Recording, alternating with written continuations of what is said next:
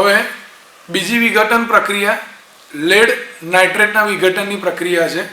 Lead નાઇટ્રેટને આપણે કસનળીમાં લીધેલો છે। આ સ્પિરિટ લેમ્પ છે અને ટેસ્ટ ટ્યુબ હોલ્ડર છે।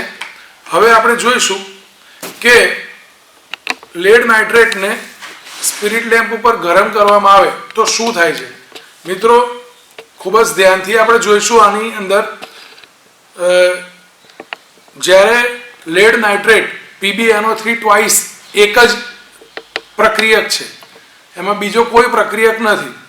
PbNO3 ટ્વાઇસના પ્રક્રિયકના અણુઓ જે છે એ પ્રક્રિયકના અણુઓ ઉષ્મા આપવાના કારણે, એટલા માટે આ વિઘટન પ્રક્રિયામાં આપણે ઉષ્મા આપતા હોવાથી આ પ્રક્રિયાને ઉષ્મીય વિઘટન પ્રક્રિયા કહેવામાં આવે છે। અહીં ઉષ્મા માત્ર આપીએ છીએ આપણે બહારથી। ઉષ્મા આપવાના કારણે PbNO3 ટ્વાઇસના અણુઓ જે છે એ અણુઓ તૂટે છે।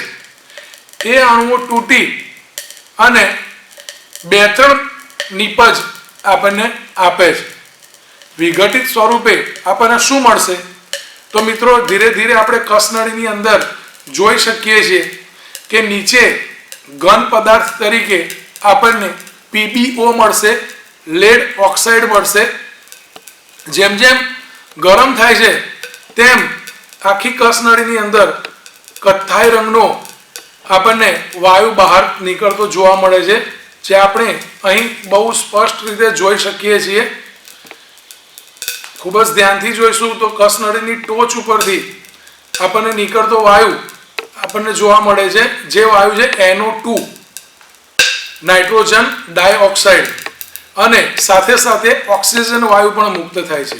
આમ PbNO3 ટ્વાઇસના વિઘટનથી 3 નિપજ મળે છે। એક PbO + NO2 + O2।